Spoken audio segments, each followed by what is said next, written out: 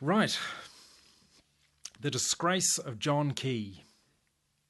Now, I'm not completely comfortable creating a video which is just an obvious beat up on one person, but I think what I'm about to say should be said, needs to be said, so we can learn from it, learn from the disaster that I believe is John Key and what he's done, or more specifically, what he hasn't done, so we can hopefully, learn from it as a society in the future. I mean, I think it's good to respectfully, though justly, hold politicians to account for what they did or did not do.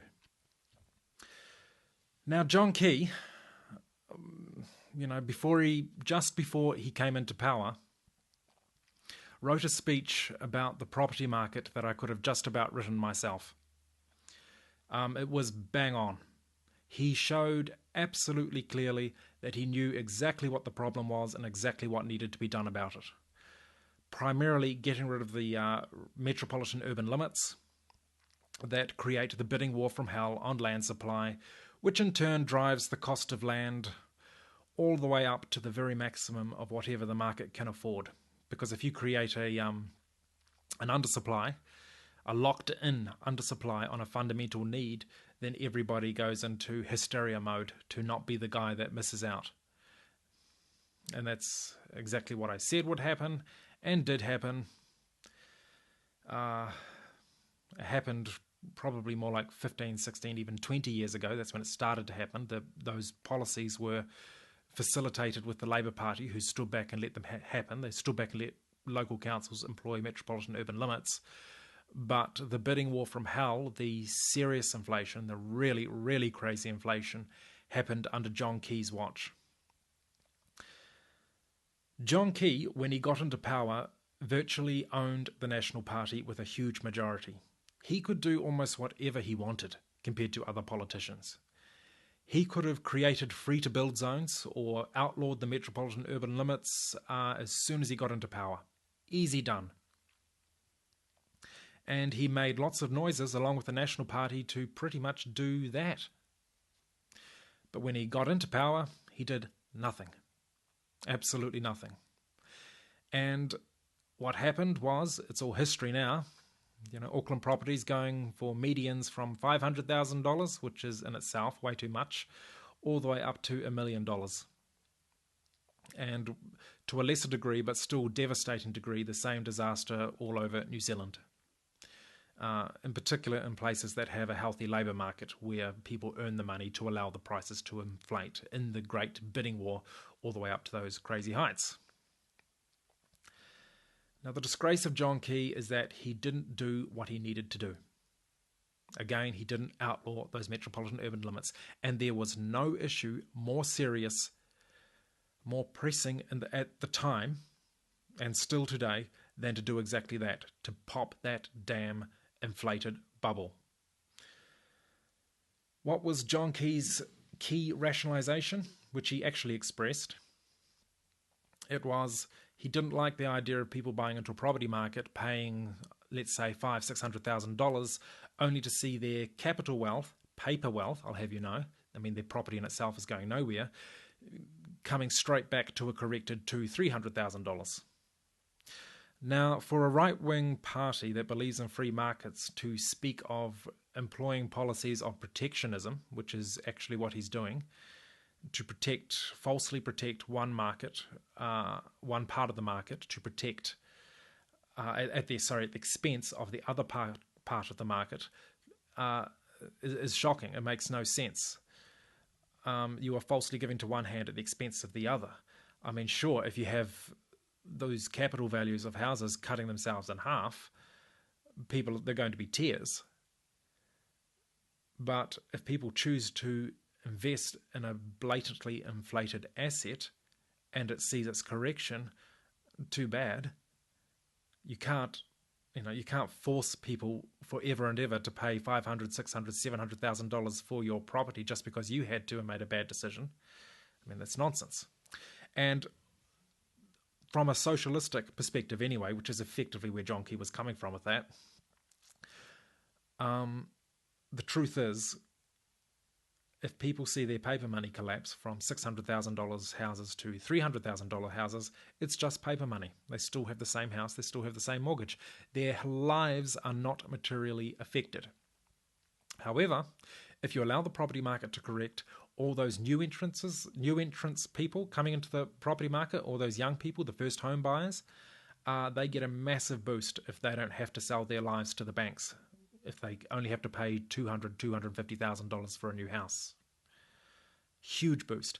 And they are by far the most important part of society, from a long-term perspective at least, if you can respect that they're trying to create a family to bring in the next generation.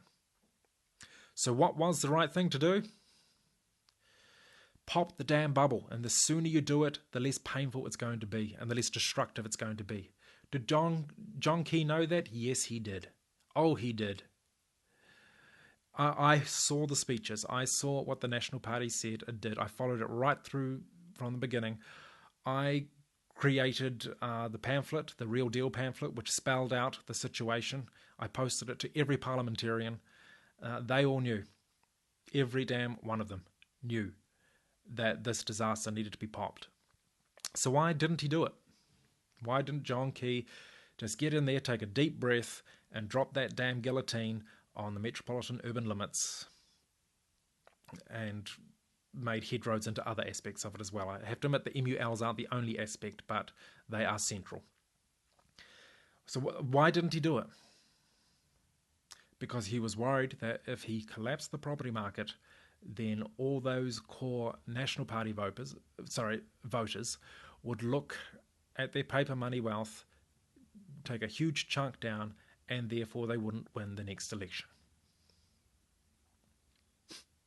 Compare John Key, the kind of man he is, to Roger Douglas.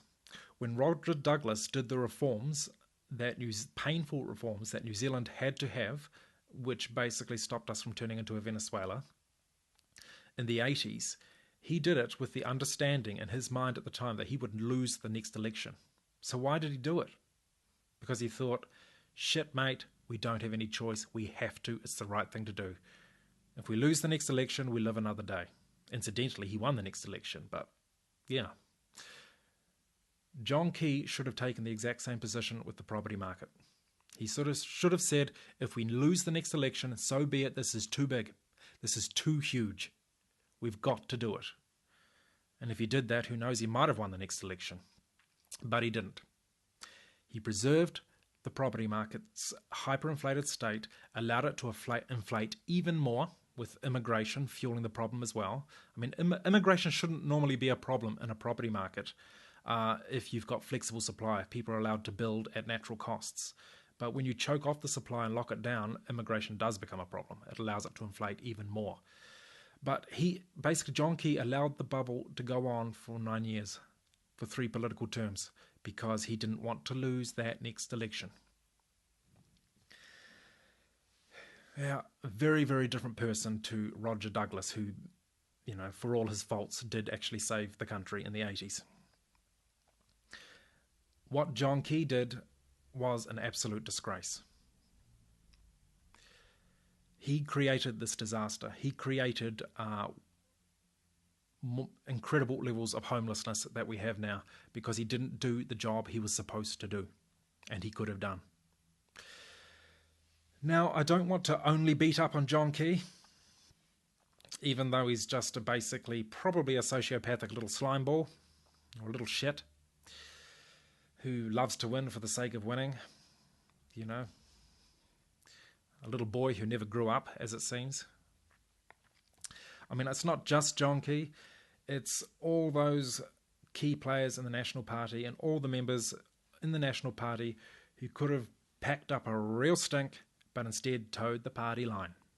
They're just as bad. I mean, look at Bill English. Bill English is probably one of the most respectable people in the National Party, in my opinion. I followed him very closely for years as well. And he was a bit more frank with respect to what was going on in the property market. And I've even seen him express his views in a state of nervousness on TV, slight nervousness, like he really didn't want to, but he did. But I think Bill English was so obsessed so well bribed with the idea of becoming the Prime Minister after John Key that he didn't do what he should have done. I mean, Bill English could have made a speech from hell and resigned in protest over not outlawing the metropolitan urban limits. He could have done that, but he chose not to.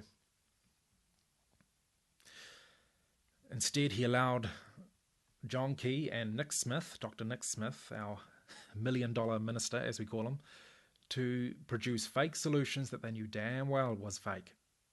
They knew they wouldn't have any real impact.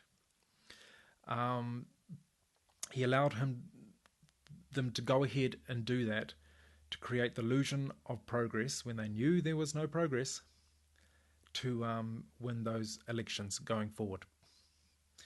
And you've got a lot to answer to, Bill English, on those grounds. You did not do what you should have done.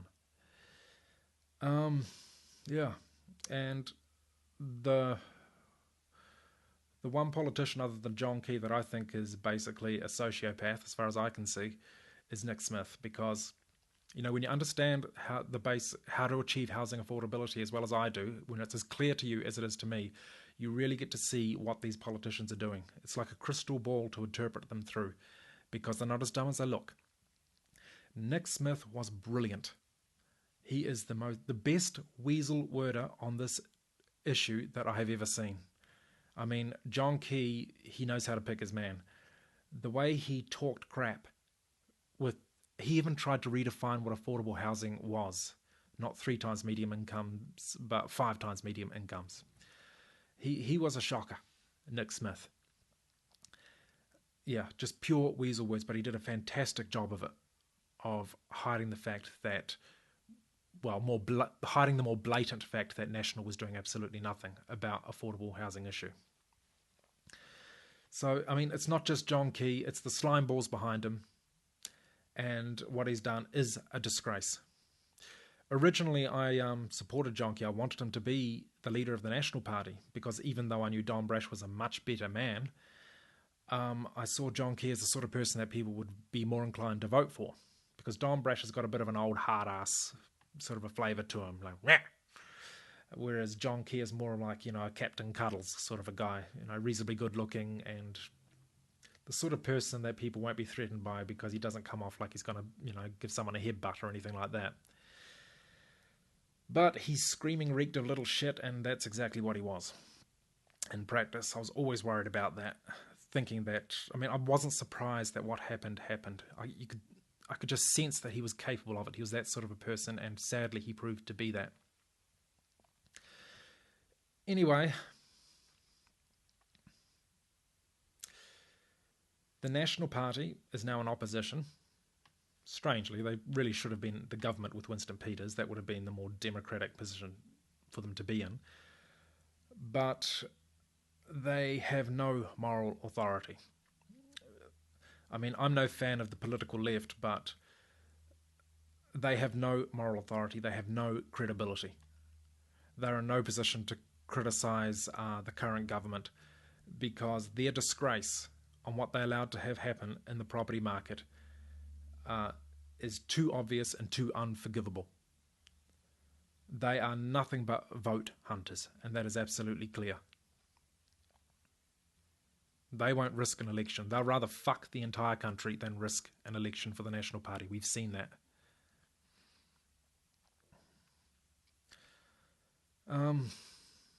Yeah. John Key is a disgrace, and so are all his merry men. All his cowards. Ambitious cowards that towed the line. So watch out for the next cuddly, good-looking, non-authoritarian-looking leader. They can be total self-serving, selfish wankers, just like anybody else. And John Key showed us that. He cried for his flag. Cosmetic, irrelevant. While our houses burned. That's John Key. Almost like Nero. Tragic little man. Thank you.